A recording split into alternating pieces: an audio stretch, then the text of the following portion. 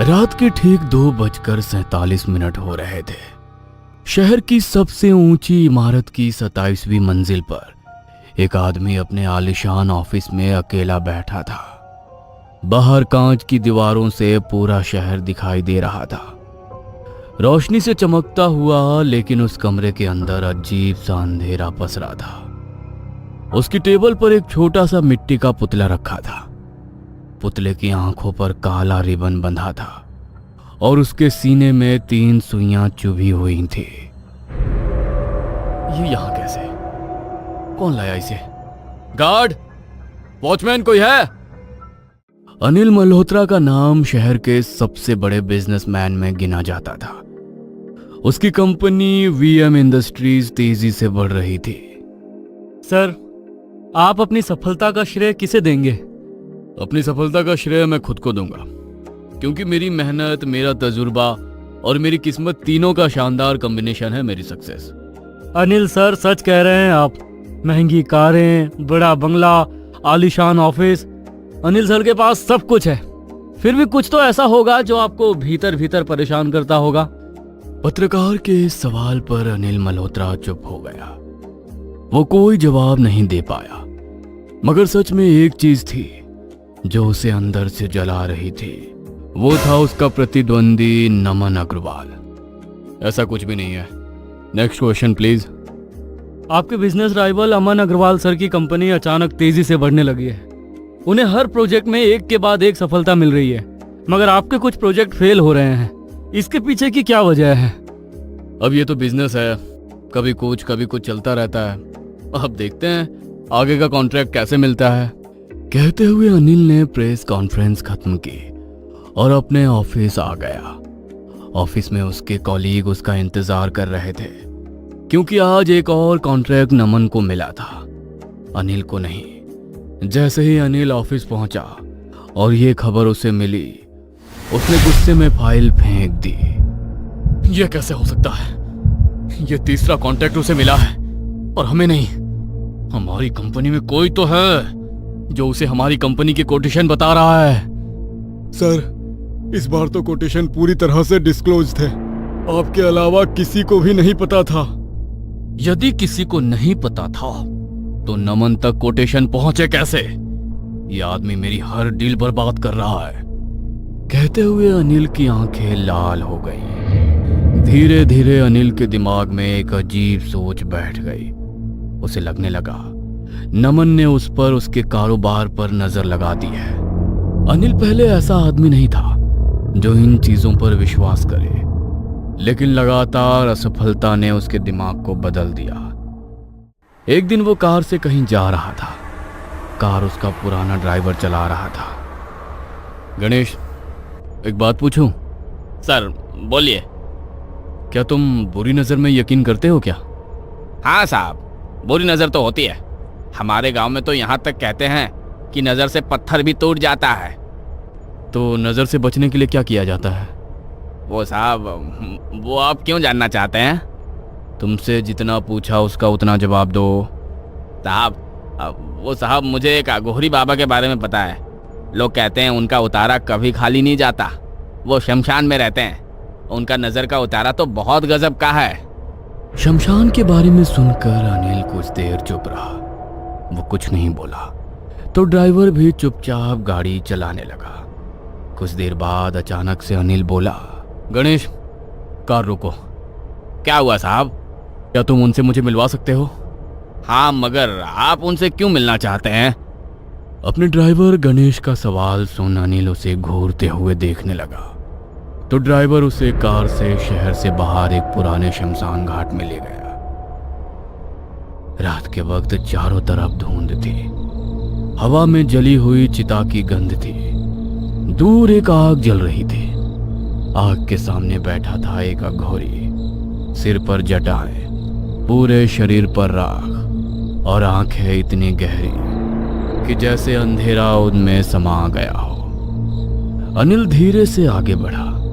अघोरी ने अनिल और उसके ड्राइवर को घूरते हुए देखा और जलती चिता में से एक लकड़ी निकालकर अनिल के चेहरे के पास ले गया। अनिल बिना डरे वहीं खड़ा रहा। उसने पलकें भी नहीं झपकाई। यहाँ क्यों आया है? बाबा, मुझे आपकी मदद चाहिए। अघोरी ने बिना उसकी तरफ देखे वो लकड़ी वापस चिता में डाली और सिंदूर से एक आकृति बनाते हुए कहा, नहीं, मदद नहीं, बदला चाहिए तुझे, बदला। उस अघोरी बाबा की बातें सुनकर अनिल चौंक गया। अघोरी धीरे धीरे मुस्कुराया, फिर अपने झोले में से मिट्टी और राख निकाली। अब ये मत पूछना कि मुझे कैसे पता, मैं सबके मन की बात जानता हूं। तुम्हारे मन की आग यहां से भी दिख रही है। जब आप सब जानते ही हैं तो मुझे कोई उपाय बताओ। अनिल का सवाल सुनकर भी अघोरी बाबा कुछ देर चुप रहे। अनिल उनकी चुप्पी से परेशान हो कभी उन्हें देखता तो कभी अपने ड्राइवर को। कुछ देर बाद फिर अघोरी ने उस मिट्टी और राख से एक छोटा सा पुतला बनाया। यह नजर का टोटका है। इस पुतले में तुम्हारी सारी समस्या का समाधान है।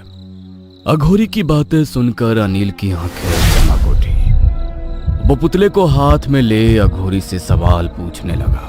बाबा, इससे क्या होगा? जिसकी फोटो इस पुतले पर होगी उसकी किस्मत धीरे धीरे खत्म होने लगेगी और बदकिस्मती उसके दरवाजे पर दस्तक देगी। यह सुन अनिल की आंखों में चमक आ गई, मगर बाबा की आवाज अचानक गंभीर हो गई। यह नजर का उतारा शमशान की मिट्टी और चिता की राख से बना है। ये तुम्हें भी डराने की कोशिश करेगा, मगर तुम्हें किसी भी हाल में डरना नहीं है। मगर ऐसा क्यों? अगर तुम्हारे मन में जरा सा भी डर आया तो ये जादू पलट जाएगा, फिर तुम्हारे बुरे दिन शुरू होंगे। अघोरी की बातें सुन अनिल हंस पड़ा। उसने अघोरी बाबा की ओर देखा और पास खड़े अपने ड्राइवर की ओर देखा। ड्राइवर की आंखों में डर था, मगर अनिल की आंखों में चमक थी। मैं डरने वालों में से नहीं हूं। वो तो मैंने तुझे परख लिया। कहते हुए अघोरी ने पुतले पर नमन की फोटो लगाई और 3 सुइयां चुभो दी। पास ही जल रही चिता की आग अचानक तेज भड़क उठी। कुछ ही हफ्तों में सब बदलने लगा। नमन के प्रोजेक्ट फेल होने लगे, उसकी कंपनी में नुकसान होने लगा, उसकी कार का एक्सीडेंट भी हो गया। अचानक से सब कुछ बुरा मेरे साथ ही कैसे हो रहा है? मैंने तो कभी किसी का बुरा नहीं चाहा, फिर मेरे साथ ही क्यों? वहीं दूसरी तरफ अनिल की किस्मत चमकने लगी। नए कॉन्ट्रैक्ट, नया बंगला, बड़ा ऑफिस, हर जगह उसकी जीत हो रही थी। अनिल बहुत खुश था। उस एक रात ने मेरी किस्मत बदल दी। अब दुनिया मेरे कदमों में है। लेकिन जैसा कि कहते हैं, दूसरों के लिए जो गड्ढा खोदता है तो खुद उसी में गिर जाता है। वैसा ही कुछ अनिल के साथ होने लगा। उसके साथ अजीब चीजें होने लगी। एक रात उसने देखा उसके कमरे में रखा पुतला अपने आप हिल रहा था। वो पूरी रात नहीं सो पाया। ये सब क्या हो रहा है? कहीं मेरे मन का भ्रम तो नहीं? दूसरी रात अनिल ऑफिस में ही काम करते करते सो गया। वहां उसने सपना देखा कि नमन उसकी तरफ देखकर मुस्कुरा रहा है और कह रहा है, यह सब ज्यादा दिन नहीं चलेगा, जादू जरूर पलटेगा। इस बार सपना देख अनिल पसीने में भीग कर उठ गया। पहली बार उसके दिल में डर आया। वो ये भूल गया कि अघोरी ने मना किया था डरना नहीं है। उस रात ठीक 2:47 पर टेबल पर रखा पुतला हिलने लगा। वो आवाज ही दे रहा था कि अचानक कमरे की लाइट हल्की हल्की टिमटिमाने लगी और तभी पुतले का सिर धीरे धीरे खुद ही घूम गया। कुर्सी पर बैठा आदमी घबराकर खड़ा हो गया। वो आदमी था अनिल मल्होत्रा। लेकिन उस रात उसके चेहरे पर एक अजीब सा डर था। उसने कांपते हाथों से पुतले को उठाया और जैसे ही पुतले को पलटा, उसकी सांस गले में अटक गई, क्योंकि पुतले पर लगी फोटो बदल चुकी थी। वो फोटो अब उसके दुश्मन नमन की नहीं, बल्कि अनिल की खुद की थी। और उसी पल कमरे में किसी की भारी आवाज गूंजी। मैंने कहा था डरोगे तो जादू पलट जाएगा। ये सुनकर अनिल का शरीर ठंडा पड़ गया। उसे कुछ समझ में नहीं आ रहा था कि वो क्या करे। नहीं, ये नहीं हो सकता। नहीं, मैं नहीं डर रहा। मुझे कोई नहीं डरा सकता है। लेकिन अब देर हो चुकी थी। अगले कुछ महीनों में अनिल की जिंदगी बिखर गई। उसकी कंपनी दिवालिया हो गई। बैंक ने उसका बंगला जब्त कर लिया। और एक दिन अनिल उसी सड़क पर बैठा था। अब उसके हाथ में एक कटोरा था। वो भीख मांग रहा था। तभी उसके सामने एक आदमी आकर खड़ा हुआ। अनिल ने सिर उठाया। वो नमन था, लेकिन नमन की आंखों में अजीब चमक थी। जानते हो अनिल, मैंने तुम्हारा बुरा करने के लिए कभी कुछ नहीं किया। सब तुम्हारा ही किया है। तुम्हें किसी ने बर्बाद नहीं किया। ये सब तुम्हारी अपनी नजर का असर है। कहते हुए नमन ने उस पुतले को तोड़ दिया। डरते हुए अनिल उस पुतले को जोड़ने की कोशिश कर रहा था।